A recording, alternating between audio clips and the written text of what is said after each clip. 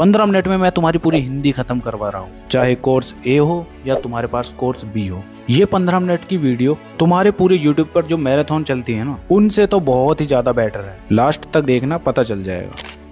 So hi everyone, this is Mukul Bharadwaj और आज की वीडियो में हम बात कर रहे होंगे कंप्लीट हिंदी ए और हिंदी बी वालों की, कि अब तुम्हें कैसे इस बचे हुए टाइम में हिंदी को पढ़ना है और पेपर को कैसे अटेम्प्ट करना है। तो चलो स्टार्ट करते हैं। तो यार ये वीडियो जैसे तुम्हारा पेपर का पैटर्न है ना, उसके हिसाब से चलेगी। पहले तुम जब अपने पेपर को खोलोगे तो तुम्हें सबसे पहले खंड क में अपठित बोध वाले क्वेश्चंस मिलेंगे। अब ये क्या है? ये तुम्हारे सेम वही है जैसे तुम्हारे इंग्लिश में होते हैं ना अनसीन पैसेजेस, ये वही होते हैं। ठीक है, 14 मार्क्स के तुम्हारे ये दो, एक गद्यांश होगा तुम्हारा और एक काव्यांश वाला पैराग्राफ, और ये दोनों ही तुम्हारे 7 मार्क्स के होंगे, जिससे तुम्हारे ये पूरा सेक्शन 14 मार्क्स का होगा। तो अब चलो सिंपली तुम्हें बताता हूँ कैसे इन्हें तुम्हें सॉल्व करना है। तो सबसे इजी है तुम्हारा, जैसे तुम्हारे सामने पहला गद्यांश आ जाता है एग्जाम्पल के तौर पर ये। अब ये मैंने छोटा लिया है इसलिए ताकि तुम समझ सको, वरना तुम्हें 250 वर्ड्स का पूरा गद्यांश मिलेगा। ठीक है, तो ये एग्जाम्पल है। तो जब भी तुम्हारे सामने एक गद्यांश आता है तो उसको पढ़ने में टाइम वेस्ट बिल्कुल भी मत करो। करना क्या है, जो भी तुम्हारे क्वेश्चन में पूछा गया है ना, उससे रिलेटेड लाइंस को बस उस पैराग्राफ में ढूंढो और आंसर लिख दो डायरेक्ट वही जो लाइन तुमने ढूंढी है। अब जैसे हमारे पास ये क्वेश्चन है, वृक्ष मिट्टी के कटाव को कैसे रोकते हैं, तो इसके अंदर ये लाइन है पैसेज में, देखो। तो सिंपली तुम इसका आंसर लिखोगे जड़ों से, क्योंकि पेड़ का जो भाग मिट्टी के अंदर होता है ना, वो जड़ ही होते हैं। ठीक है, इसके बाद सेकंड क्वेश्चन है, पर्यावरण असंतुलन का मुख्य कारण क्या है, तो इसमें तुम्हारी ये वाली लाइन ये रही। सिंपली तुम इसके अंदर लिखोगे वनों की कटाई। ठीक है, इसके बाद थर्ड क्वेश्चन है सहजगता शब्द का अर्थ। तो फिर से तुम ऊपर जाओगे, इसमें देखो ये लिखा हुआ है, यदि हमने अभी से सहजगता नहीं दिखाई तो भविष्य में जलवायु परिवर्तन की समस्या और गंभीर हो जाएगी। तो पहला ऑप्शन है तुम्हारा आलस्य, दूसरा सतर्कता, तीसरा विलंब और चौथा उदासीनता। तो हमें सावधानी ही तो दिखानी है, सावधानी मतलब सतर्कता, तो इसका आंसर तुम्हारा बी ही होगा। अब फोर्थ क्वेश्चन में पूछ रहा है, लेखक के अनुसार प्रकृति मानव जीवन की क्या भूमिका निभाती है। तो सिंपली तुम्हारी ये पहली लाइन ही है, इसको ही लिख दो, तुम्हारा आंसर कंप्लीट। ठीक, ऐसे तुम्हारा लास्ट क्वेश्चन आता है, यदि हमने अभी से सजगता नहीं दिखाई, इस पंक्ति में लेखक क्या चेतावनी दे रहा है, तो बस ये भी बता दो ऐसे ही। तो इसका सिंपली ये वाली लाइन में आंसर है, तो भविष्य में जलवायु परिवर्तन की समस्या और गंभीर हो जाएगी। बस तो इस तरह से तुम अपने गद्यांश वाले क्वेश्चन को सॉल्व करोगे। अब तुम्हारे काव्यांश वाले आते हैं, तो इसमें भी तुम्हें सेम वही करना है। पहले तुम्हें क्वेश्चन पढ़ने हैं, जैसे फर्स्ट क्वेश्चन है, नदी कल कल बहती जाए में कौन सा अलंकार है। अब ये तुम्हारा सिंपली अनुप्रास अलंकार होगा। क्यों होगा अभी आगे बताऊंगा, जब तुम्हारा व्याकरण सेक्शन पढ़ाऊंगा ना तब। बस इतना ध्यान रखना, अनुप्रास इसलिए होगा क्योंकि ये जो दो वर्ड यूज हुए हैं ना, कल कल, उसकी वजह से। ठीक है, इसके बाद सेकंड क्वेश्चन है, कवि के अनुसार जीवन में कठिनाइयों का सामना कैसे करना चाहिए। तो इस पैसेज की तुम्हारी 5th लाइन में लिखा हुआ है हंसकर, तो हंसकर इसका तुम आंसर लिख दोगे। ऐसे इसका थर्ड क्वेश्चन है तुम्हारा, मन के संकल्प से कवि का क्या आशय है। तो इसकी 3rd लाइन में देखो, मन के संकल्प बहते रहें। अब अगली लाइन पढ़ के तुम इसका आंसर सपने मत लगा देना, तुम्हें इसी लाइन में सोचना है, और संकल्प यानी तुम्हारी इच्छाएं होती है। ठीक है, तो इसका तुम्हारा फर्स्ट आंसर होगा। इसके बाद 4th क्वेश्चन है, कविता में नदी किसका प्रतीक है। तो स्टार्टिंग के 2 लाइन में ही तुम्हारा इसका आंसर है, तो इसका आंसर तुम सिंपली लिख दोगे समय और जीवन की गतिशीलता। अब तुम्हारा 5th क्वेश्चन होता है, जीवन की यही रीत सिखाए, इस पंक्ति में कवि क्या संदेश देता है। तो तुमने ये ऑलमोस्ट पूरा काव्यांश पढ़ लिया है, अब तुम्हें समझ आ ही चुका होगा, तो तुम अपने वर्ड में लिख दोगे कि हमें कभी हार नहीं माननी चाहिए, मुश्किलों का डटकर सामना करना चाहिए।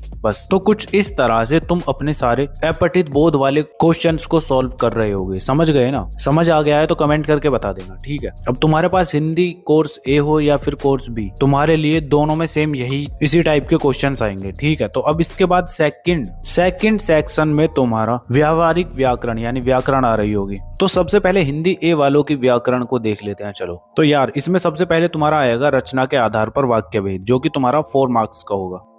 तो यार ये तुम्हारे 5 तरह के वाक्य भेद होंगे, जिसके अंदर सबसे पहले आता है तुम्हारा सरल वाक्य यानी सिंपल सेंटेंस। अब ये तुम्हारा सिंपल इस तरह से होगा, जिसके अंदर तुम्हारा मुख्य कर्ता और एक मुख्य क्रिया यानी यही होती है, सब्जेक्ट और वर्ब। बस जैसे मैं स्कूल जाता हूँ, वह खाना खाती है या गाना गाती है।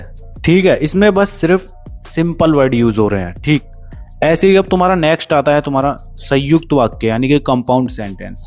अब इसके अंदर तुम्हें सबसे पहले यही हिंट को ध्यान में रखना है, इसके अंदर तुम्हारा और, परंतु, लेकिन, किंतु, तथा, ये सारे तुम्हारे कंजक्शंस इसके अंदर होंगे। कैसे, आओ एग्जाम्पल देखते हैं। तो एग्जाम्पल में है यार तुम्हारा, मैं स्कूल जाता हूँ और मेरी बहन घर पर रहती है। देखो और आ गया ना इसके बीच में, तो कौन सा हुआ है तुम्हारा संयुक्त वाक्य। ठीक, ऐसी सेकंड एग्जाम्पल है, वह अच्छा गाता है लेकिन वह नृत्य नहीं करता।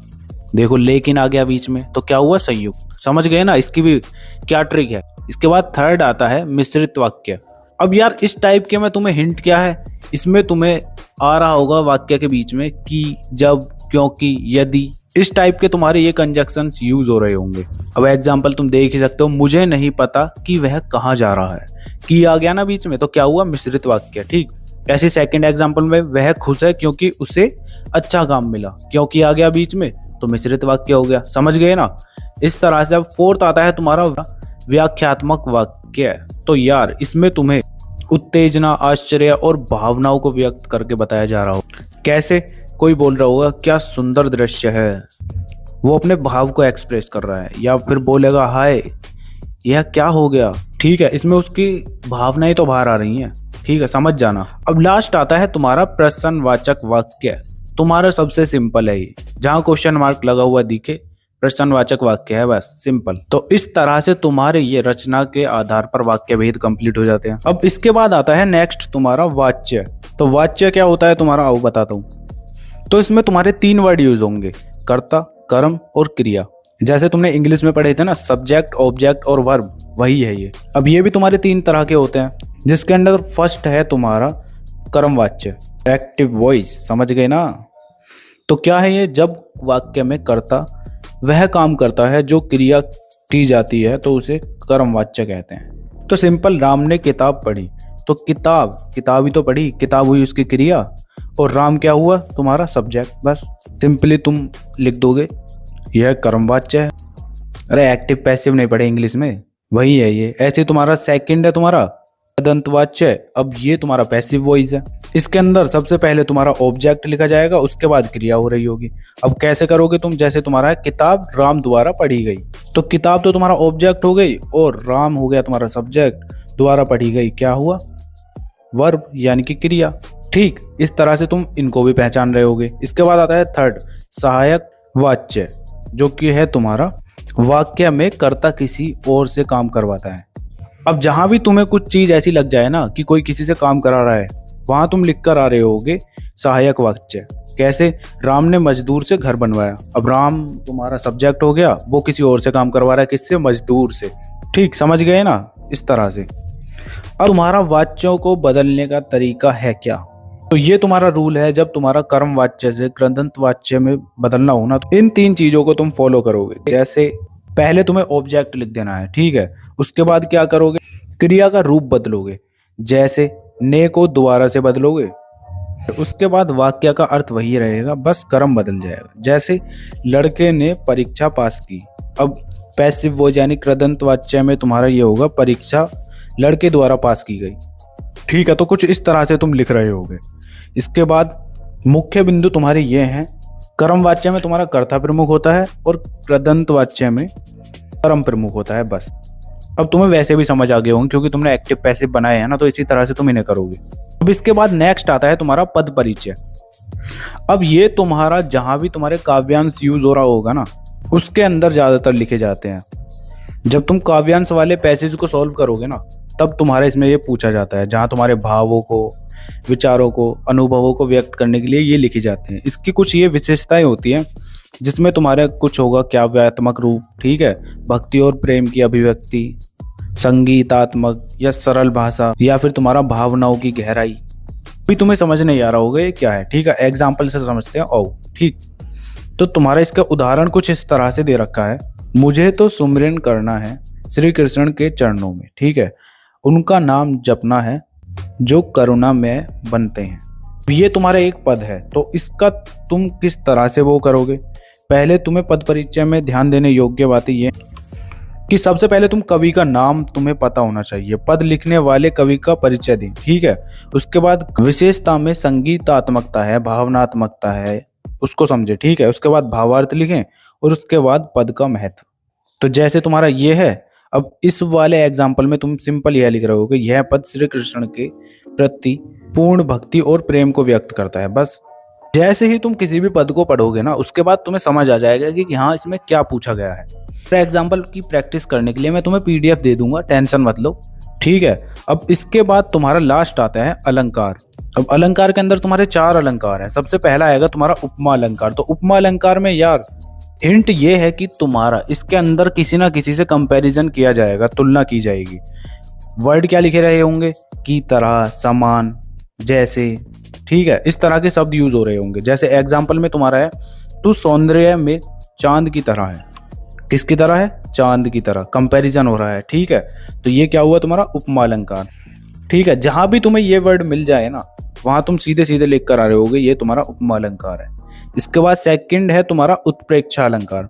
तो इसमें तुम्हारी हिंट ये है, अब इसके अंदर तुम्हारी कोई भी बात बोली जाएगी ना, वो दूसरे वस्तु या घटना को बिना कहीं दूसरी बात के उसमें जोड़ दिया जाता है। एग्जाम्पल से समझ आएगा। जैसे तुम्हारा देखो, हर चेहरे पर खुशियां उभरी, जैसे बर्फ में सूरज की किरणें खिल उठी हो, ठीक है। अब इसका ये उदाहरण, इसमें तुम सिंपली देख सकते हो, हर चेहरे पर खुशियां उभरी, एक घटना हुई, अब उसके बाद दूसरी भी तुम्हारी एक लाइन ऐड कर दी, बर्फ, जैसे बर्फ से सूरज की किरणें खिल उठी हो। तो कुछ इस तरह की तुम्हारी लाइनें यूज हो रही हो ना, वहां तुम लिख कर आ रहे होगे उत्प्रेक्षा अलंकार, ठीक है। इसके बाद आता है तुम्हारा अतिशयोक्ति अलंकार। इसके अंदर यार तुम्हारा कहीं भी गुण, दोष या विशेषता बढ़ा चढ़ाकर बताई जाती है। जैसे एग्जाम्पल में, उसकी आंखों में हजारों सूरज समाये हुए हैं। अब तुम सिंपली इस बात को सोचो, किसी की आंख में सूरज समा सकते हैं? तो ये बढ़ा चढ़ा के ही तो बताई जा रही है बात। तो क्या हुआ तुम्हारा? अतिशयोक्ति अलंकार, बस। इसके बाद फोर्थ आता है तुम्हारा मानवीकरण अलंकार। अब इसमें यार तुम्हारा कोई भी निर्जीव वस्तु या प्राणी है ना, उसमें मनुष्य की तरह गुण, भावना या व्यवहार को दिए जाते हैं। कैसे? आओ एग्जाम्पल से देखो, हवा भी तेरी तरह उदास लग रही थी। अब हवा कभी तुम्हारी उदास होती है? नहीं होती ना। तो इसमें यार उदास होते हैं मनुष्य, तो उनकी ही तुम्हारी इसके अंदर भावनाएं डाल दी गई हैं, ठीक है। तो इस तरह से तुम समझ रहे होगे मानवीकरण अलंकार, नाम से ही पता चल रहा है, जिसमें मानव के गुणों की व्याख्या करी जा रही हो। इस तरह से तुम्हारा ये वाला सेक्शन भी कंप्लीट हो जाता है। अब हिंदी बी वालों के लिए मैं तुम्हें पूरी ये पीडीएफ दे दूंगा टेलीग्राम पर, एकदम इजी वर्ड में है, तो जाके तुम पढ़ लेना, ठीक है। अब इसके बाद तुम्हारी बुक्स आ जाती हैं दोनों। कोर्स ए वालों की आएंगी तुम्हारी क्षितिज और कृतिका, और बी वालों की संचय और स्पर्श। इनके लिए क्या करना है, तुम्हें जितने भी तुम्हारे चैप्टर्स है ना, उनकी तुम्हें समरी पढ़नी है। कहाँ से पढ़ोगे? तो दोनों, हिंदी ए और बी दोनों के लिए मैंने ये वाली पीडीएफ अपलोड कर रखी है, एकदम अच्छे से सारे समरी में डिटेल में बताया हुआ है। तो इनको पढ़ना और उसके बाद क्वेश्चंस लगाना, ठीक है। तो यहाँ तक कोर्स ए वालों के 60 मार्क्स सिक्योर हो चुके हैं और बी वालों के 58 मार्क्स। अब बच जाते हैं तुम्हारे लास्ट के रचनात्मक लेखन। तो इसमें यार सबसे पहले आता है तुम्हारा अनुच्छेद लेखन। तो दोनों कोर्स में ये सेम ही है। तो इसमें तुम्हें कोई भी एक टॉपिक दे दिया जाएगा, जिसके अंदर तुम्हें उस टॉपिक से रिलेटेड कंटेंट लिखना है। जो भी तुम्हारे माइंड में थॉट आते हैं, वो क्या क्या लिखना है, क्या क्या बात ध्यान रखनी है, उसके लिए ये 5 बातों को ध्यान रखना। सबसे पहले तुम्हारा जो हेडिंग दी जाए ना, उसी से रिलेटेड लिखना है, बस कोई फालतू की चीजें नहीं लिखनी, ठीक है। उसके बाद सेकंड में जितना हो सके इजी वर्ड यूज करना, ठीक है, ठीक।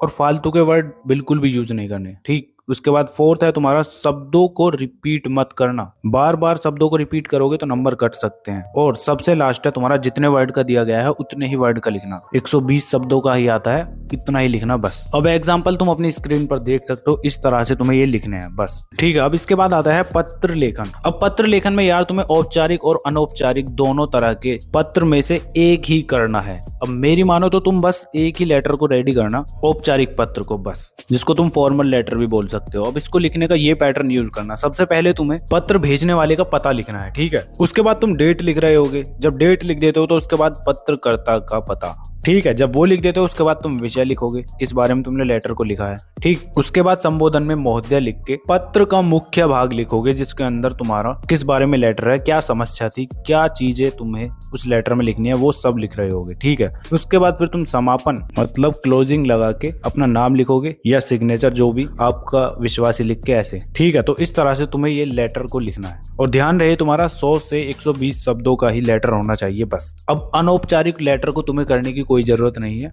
ये कर लिया इनफ है। अब आता है नेक्स्ट, ईमेल लेखन। तुम्हारा दोनों कोर्स के अंदर है, ए और बी के, ठीक है। तो इसको लिखने का क्या तरीका है? तो इसके लिए यार तुम्हें ये पैटर्न यूज करना है। तो सबसे पहले प्रेषक लिख के तुम्हें अपनी ईमेल लिख देनी है। उसके बाद तुम प्राप्तकर्ता, जिसको भेज रहे हो ना, उसकी ईमेल लिख देनी है। और उसके बाद फिर तुम विषय लिख दोगे, किस बारे में वो ईमेल है, ठीक। अब स्टार्टिंग के लाइन में तुम्हें अपना परिचय देना है और ईमेल का उद्देश्य क्या है वो करना है, ठीक है। उसके बाद आता है तुम्हारा मुख्य भाग, जिसमें तुम्हें जिस बारे में तुमने ईमेल लिखनी है उसकी जानकारी देनी है अच्छे से, ठीक है। फिर अंतिम भाग आता है जिसमें तुम अनुरोध, आभार या आगे की प्रक्रिया का उल्लेख कर रहे होगे, यानी कि बता रहे होगे, ठीक है। और लास्ट में फिर तुम्हारा धन्यवाद लिख के अपना नाम लिखोगे और ईमेल को एंड कर दोगे। ठीक है, अब एग्जाम्पल तुम्हारा ये है ही, देखो। तो सेम टू सेम इस तरह से तुम्हें ईमेल को लिखना है बस। तो इस तरह से 5 मार्क्स तुम्हारे पक्के हो रहे होंगे। अब आता है तुम्हारा विज्ञापन लेखन। तो विज्ञापन लेखन भी तुम्हारा दोनों कोर्स में है, ए और बी दोनों में। ठीक है, तो कॉमन है, इसको बताता हूँ क्या करना है। चलो, तो देखो पैटर्न कुछ इस तरह से होने वाला है। सबसे पहले तुम्हें एक कैची हेडलाइन ढूंढनी है जिसको देखकर